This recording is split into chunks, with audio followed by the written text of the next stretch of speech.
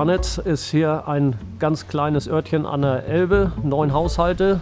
Wir haben auch nur ein kleines grünes Ortsschild, gehören zur Gemeinde Damnatz.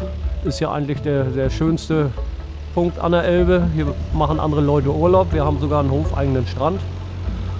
Meine Familie bewirtschaftet hier schon über Generationen einen landwirtschaftlichen Betrieb. Davon sind hier 70 Hektar Grünland, viel natürliches Grünland an der Elbe, deshalb halten wir Rindvieh. Wir haben zurzeit 280 Kopfrindvieh, überwiegend zur Mast, davon rund 35 Mutterkühe. Bis 2021 hatten wir noch Milchkühe, wir haben uns aber entschlossen, die Milchkühe aufzugeben und haben dann den Betrieb mehr in Richtung Holzhandel erweitert. Ich habe irgendwann ja 2017 den Schritt zur LT70 gemacht. Damals bei dem Kauf habe ich aber, das war eine Gebrauchtsäge von Schletau und ich habe bei dem Kauf eigentlich mir schon einen Elektromotor gewünscht. Eine neue LT20 kam nicht in Frage, habe ich gesagt, die ist zu klein. Und 2020 war es dann soweit, dass mir gesagt wurde, wir haben jetzt eine Säge für dich auf dem Hof stehen und dann habe ich diese LT70, die wir hier stehen haben, gekauft. Ist ideal hier in der Halle mit Elektromotor.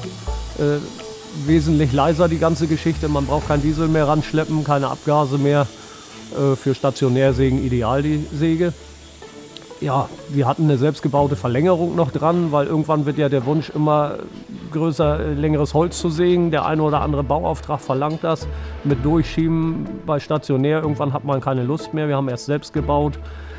Dann wollte ich eine kaufen, war nicht lieferbar. Dann aber aus eigentlich einem Reststück von einer Säge haben wir die Anlage jetzt auf 10 Meter und genau 10 Zentimeter verlängert. 1996 habe ich klein angefangen mit einer LT40 mit einem Benzinmotor hinterm Unimog. Bin ich dann über Land gefahren, habe bei vielen Landwirten und Privatleuten, Förstern in den Wäldern Holz geschnitten, mobilen Lohnschnitt gemacht. Hat mir sehr viel Spaß gemacht. Dann haben wir 2003 den landwirtschaftlichen Betrieb des Nachbarn hier mit übernommen, haben dann angefangen, die Betriebsgebäude einmal zu erneuern, zum Teil abzureißen, neu wieder aufzubauen. Das Holz dafür habe ich dann auch immer selber geschnitten. Und somit wurde die Zeit für den mobilen Lohnschnitt immer knapper. Die Säge stand dann hier in der Halle, wo sie jetzt noch steht. Damals eine LT40 Diesel, das war die zweite. Und ab 2005 war zu dem Lohnschnitt eigentlich fast gar keine Zeit mehr. Aber der ein oder andere Kunde hat den Weg doch gemacht mit Kleinigkeiten und ist gerne zu mir gekommen. Das haben wir dann hier mit erledigt. Und irgendwann habe ich mir gesagt, die Säge wurde älter, aufhören willst du damit nicht. Dann habe ich 2017 den Schritt zur LT70 gemacht. War eine gebrauchte Säge, war sehr zufrieden damit. Und irgendwie ist der Lohnschnitt dann auf dem Hof mehr geworden. Es war mehr Sturmholz angefallen in dem Jahr. Dann kamen 18, 19 die trockenen Sommer, die Fichten sind komplett abgestorben. Ja, wir wussten nicht, was wir mitmachen sollten. Wir haben dann die Fichten erstmal abgeholzt, hingelegt, dem Förster gezeigt und wollten die eigentlich über die Forst verkaufen. Anfang der 90er Jahre haben wir unseren Kuhstall neu gebaut, aus einer Scheune raus mit eigenem Holz. Wir haben 13 Hektar Wald im Betrieb. Da war ich damals im Sägewerk, haben wir die Kanthölzer geschnitten, habe schon Gefallen dran gefunden. Wir haben den Stall dann mit viel Eigenleistung gebaut und wie wir dann das Sägewerk gesehen haben, war natürlich gleich der Gedanke da, mit dem Sägewerk auch für den Betrieb viele Arbeiten zu erledigen. Die ganzen Ställe in den letzten 20 Jahren, die wir gebaut und erneuert haben, da habe ich das Holz überwiegend allein gesägt.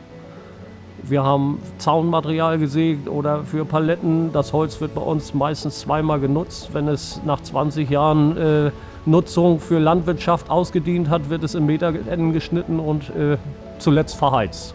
Mit dem Sägewerk habe ich mir dann einen MP200 gekauft,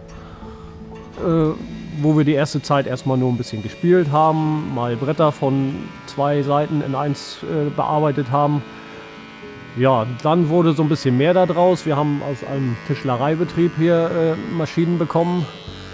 Einmal einen richtigen dicken Hobel, der bis 60 cm Breite umfasst, was jetzt oft als Kombination benutzt wird. Also erst einmal vorarbeiten durch den größeren dicken Hobel Und dann haben wir natürlich auch verschiedene Messer für den MP200, dass wir Terrassendielen, was wir überwiegend bislang gemacht haben, damit sauber arbeiten können. Mittlerweile läuft das Sägewerk hier fast täglich, außer vielleicht in ein paar landwirtschaftlichen Arbeitsspitzen. Wir bekommen hier von Privatleuten, zum Teil sogar von Zimmereibetrieben, Holzlisten, die wir dann fertig arbeiten, packen, dass sie hier abgeholt werden können. Ja, dadurch, dass das Sägewerk immer betriebsbereit ist, sind wir natürlich in der Lage, auch spezielle Wünsche hier sofort zu erfüllen. Wenn der Zimmermann anruft, braucht für Sanierungsarbeiten ein spezielles Maß, dann legen wir ein größeres Kantholz drauf, sägen es passig zu und es wird dann vom Mitarbeiter abgeholt. Das ist eben hier alles möglich bei uns. Den Baum sieht, was man daraus machen kann. Mittlerweile nach fast 27 Jahren hat man irgendwie auch ein Auge. Wenn ich einen Baumstamm sehe, kann ich jemandem genau erzählen, wie viel Kanthölzer, wie viele Seitenbretter er bekommt. Das ist im Auge irgendwie drin. Wenn man dann noch die Gebäude, die wir auch auf dem Hof dann errichtet haben, mit dem eigenen Holz baut, es macht irgendwie immer Freude. Es macht Freude, mit Holz zu arbeiten.